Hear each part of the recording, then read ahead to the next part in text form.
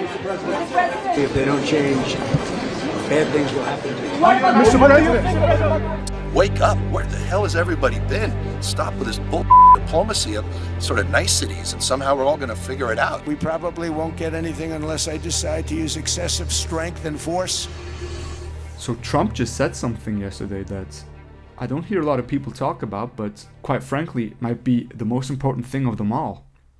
So we're reporting live from Switzerland right now.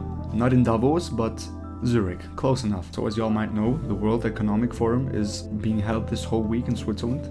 To no surprise, if we talk about big names, Donald Trump comes up, with him being a really controversial figure in the financial markets last year, where he started to impose all these tariffs, and him being the leader of the world's largest economy. And he held a speech yesterday where he was talking about all the social and economical improvements that he has accomplished throughout his second term presidency.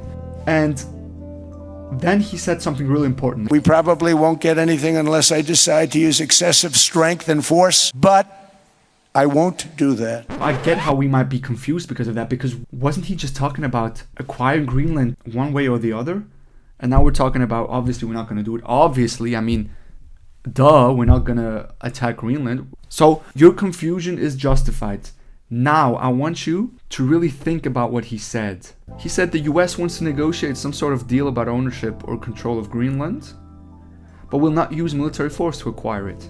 And shortly after his speech, he announced a framework of a future Greenland deal. And that's so important because let's just take a moment to look at what he did.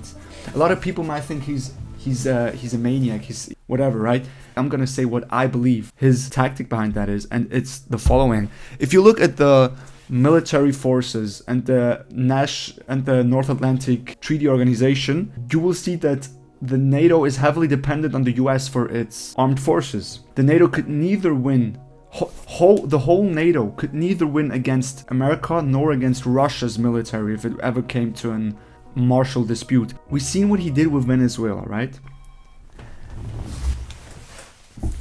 Alright guys, so as y'all can see, new day, and the doorbell rang yesterday. And surprise, surprise, it was Mark Rutte. I've been compromised by the NATO. No, I'm just kidding. So what I wanted to point to is Trump has demonstrated his power by imposing tariffs, by kidnapping the Venezuelan president. And now his tactic would be the complete opposite. He wants to play good cop, bad cop. He's already made the threats. He's already showed people that he's capable of doing so. But now he's like, you know what, guys? I'm not gonna do it. At my grace. So what is the motive behind this?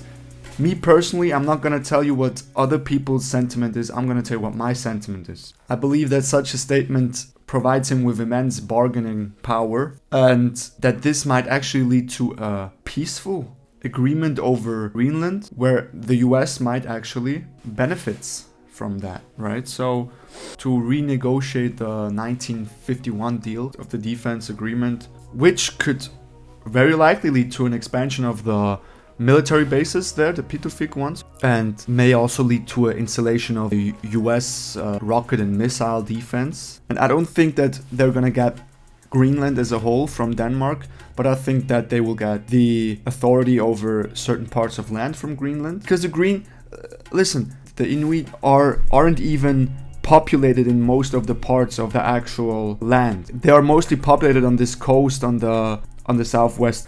Now, how could this make the Americans rich? Think about it, man. You guys go into the US, Greenland. You guys go into Greenland, you have your bases there, you have parts of land, you can refine minerals and gas and oil and whatever the land has to offer. Wow, my leg hurts, wow. If the US makes this deal happen, you know how well the stock market would do? Because of a peaceful agreement that also supports inland production. These minerals can be used for major tech companies, for components of electro vehicles made in country. You know how good stocks would perform this year if they would make a peaceful treaty happen, right? And if not, if he would break his promise and actually annex Greenland, then just invest into silver and gold and you're good as well. So definitely watch out for the talks that they're gonna have. We see group meetings as early as January 26th in Washington. Damn. Mark Rutte has announced that senior alliance commanders will meet to design the Arctic protection mission that includes technical discussion in the US, Golden Dome missile defense systems, and increased surveillance of shipping lanes. Early 2026, so watch out for these talks. And there'll also be an Arctic Council meeting where they further discuss this in February 2nd. So watch out for these. And yeah, maybe the Board of Peace will also play a role into